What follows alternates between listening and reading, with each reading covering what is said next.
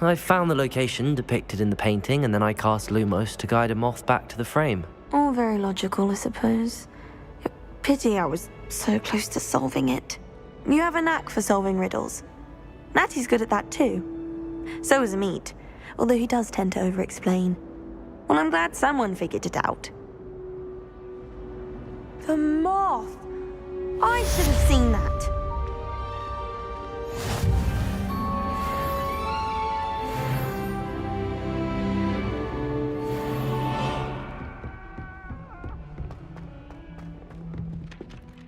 All of the shopkeepers like me. I know they do. They always put Some of us extra don't in the necessarily bag for want me. him to get back to the letting.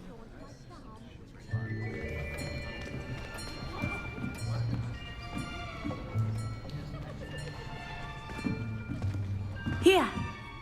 Behind you! There is an open seat here. Thank you. Hello, I am Nettie. So you are the new student. Have you met Professor Ronan yet? Shall we begin? Welcome to Year 5 of Charms. Now, this will be a crucial year in your education on the art of charm work. But I am confident that we will take hold with the passion and rigor requisite of such a challenge. Right, now, everyone, please open your textbooks to page 517. But before we begin, can anyone here tell me the difference between the incantations of the color change and growth charms? Anyone? Anyone? I am afraid it is too late to study now. My, the summer months must have really taken a toll on you all. By the looks of it, you all spent your holidays practicing Obliviate on one another. Do you even remember how to perform a basic summoning charm?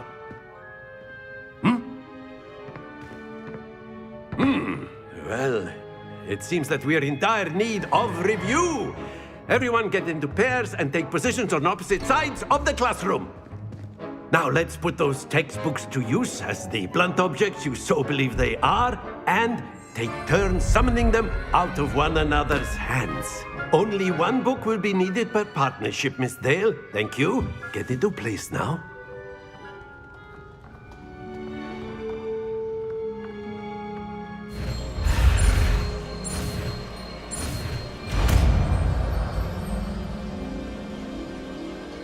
Accio! That is not bad. You are a swift learner. I see a lot of potential, but remember, potential is nothing without practice. Keep at it. You might just rival Miss Onai here. Very good, everyone. That's enough of that. Well, as you all seem to have the basics down, and it is an exceptionally lovely day, I was thinking that we might have ourselves a little excursion outside for a spot of fresh air. After me.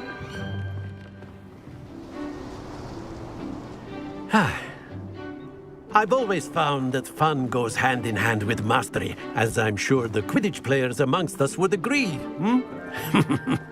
So, what better than a bit of sport to put our prowess with the summoning charm to the test, right?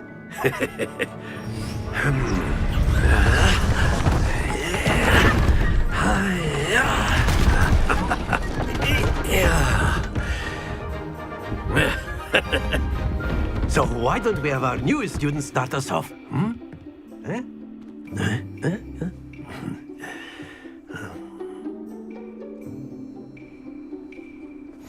Very simply, cast Accio on one of the spheres and relinquish your charm at the last possible moment. Now, think of this like gobstones, if you will, but instead of throwing the marbles out, you are summoning them toward you. The trick is to pull the sphere as far as possible, but not a bit more, or it'll fall, yes?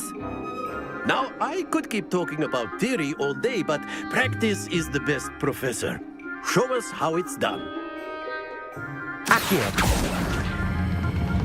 That's it!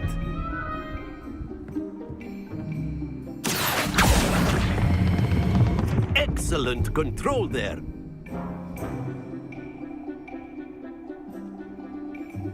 Very good. Points to Gryffindor. But there's certainly no sport in playing without some friendly competition.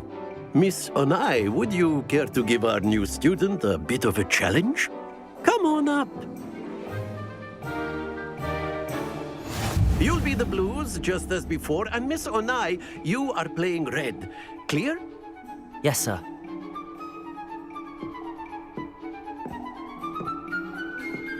Let us see this.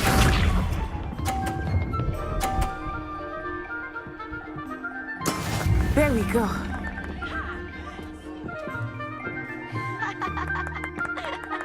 Accio.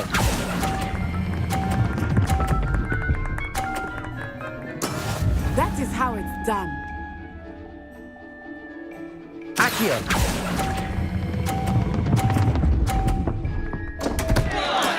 Not to worry.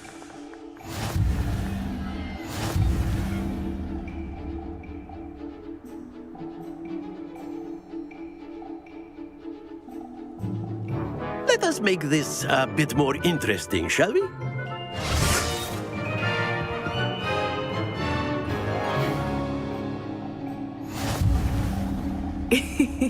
I think we are well past interesting at this point. I'll say. Enough chatter. Focus now. You will need it. Accio.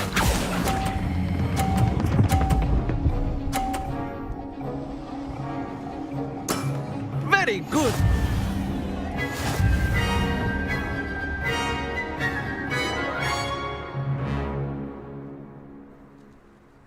Very good, both of you. Well done. Class is dismissed. Gather your things on the way out. Good game back there. I must admit, I think I underestimated you. Took me weeks to become proficient with Accio. Took weeks for me to get anything right when I transferred here. It gets easier, I promise.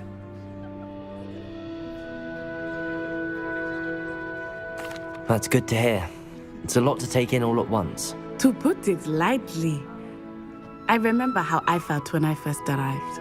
I transferred here from Wagadu just before my 4th year. My mother received an offer to teach divination here. Before I knew it, we had left Uganda and were halfway around the world at a new school in a new country.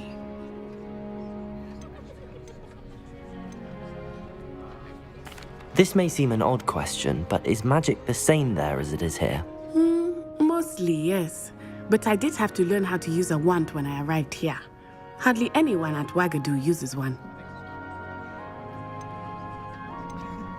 You can cast spells without a wand. Oh, yes. I find wandless magic to be much more instinctive. Not to mention quite convenient if one is without their wand.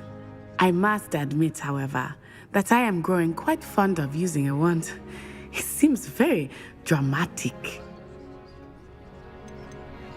Is Wagadu a castle, like Hogwarts?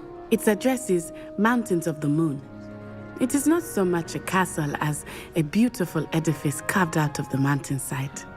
I remember the first time I saw it, the mist was so thick I could hardly make out anything at all. And then it just materialized before me, this enormous school that seemed to be floating in midair. Is Wagadu much bigger than Hogwarts? Wagadu School of Magic is the largest wizarding school in the world. So yes, bigger than Hogwarts. But it never seemed intimidating or overwhelming to me. It always felt like home. It's nice to learn about another wizarding school. Thank you for asking. I do miss Wagadu, but I am glad to be here at Hogwarts. I think Professor Ronan wants to talk to you. Better not keep him waiting. Until next time. Of course, you can use Accio on humans, if you're so inclined. A word, if you You'd be would. using it on clothing, to be precise, Beth. After my brother learned the summoning charm, it was constant Accio this, Accio that.